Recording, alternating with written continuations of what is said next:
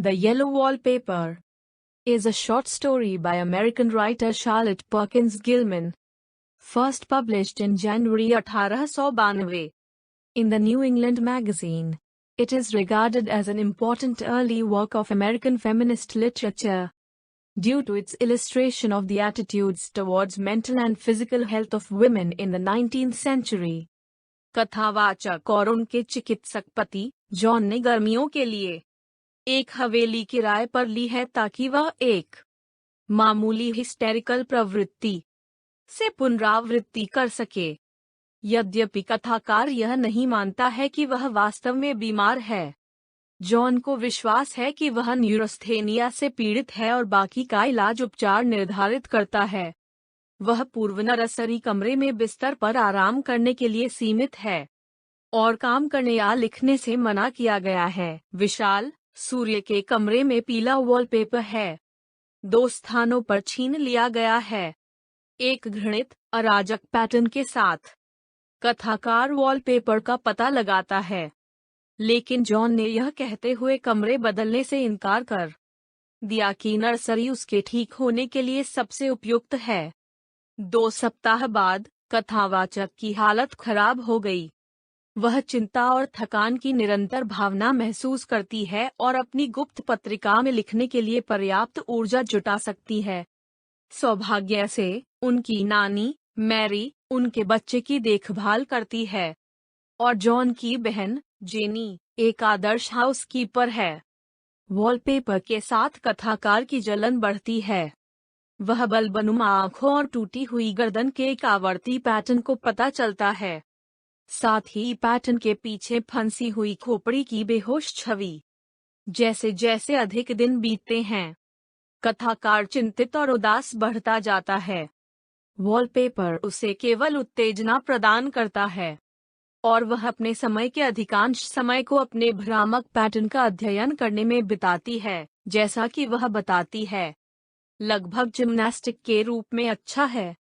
Wallpaper के पीछे और नीचे रेंगती हुई आकृति की छवि प्रत्येक दिन स्पष्ट हो जाती है। चांदनी द्वारा वह बहुत स्पष्ट रूप से देख सकती है कि आकृति सलाखों के पीछे फंसी हुई महिला है।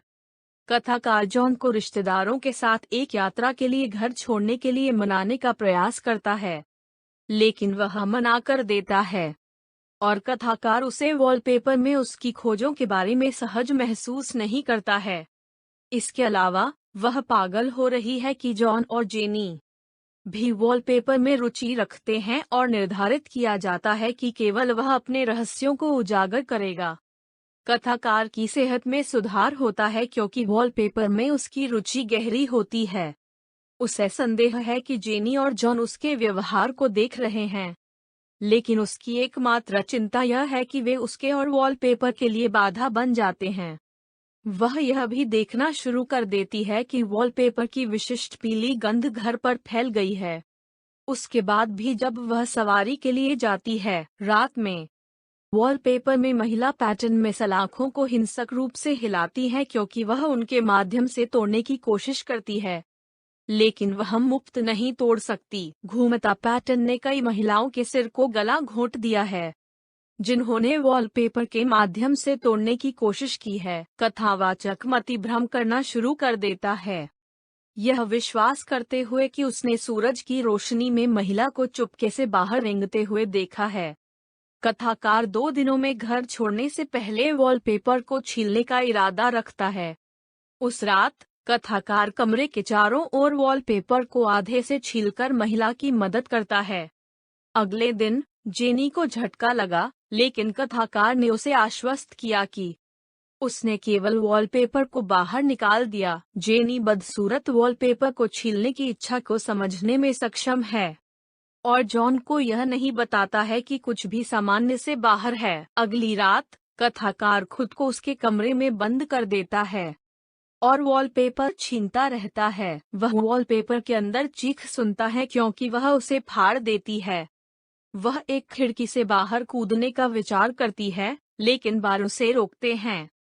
इसके अलावा वह उन सभी महिलाओं से डरती है जो घर के बाहर रेंगती हैं। जब सुबह आती है, तो कथाकार ने सभी वॉलपेपर को छील दिया है और कमरे की परिधि के आसपास रेंगना शुरू कर दिया है। जॉन अंततः कमरे में घुस जाता है, लेकिन कथाकार उसे पहचान नहीं पाता है। वह उसे बताती है कि उसने अधिकांश वॉलपेपर छील दिए हैं ताकि अब कोई उसे दीवारों के अंदर न डाल सके। जॉन बेहोश हो जाता है और कथाकार उसके ऊपर कमरे के चारों ओर रेंगता रहता है। सारांश का अंत। धन्यवाद।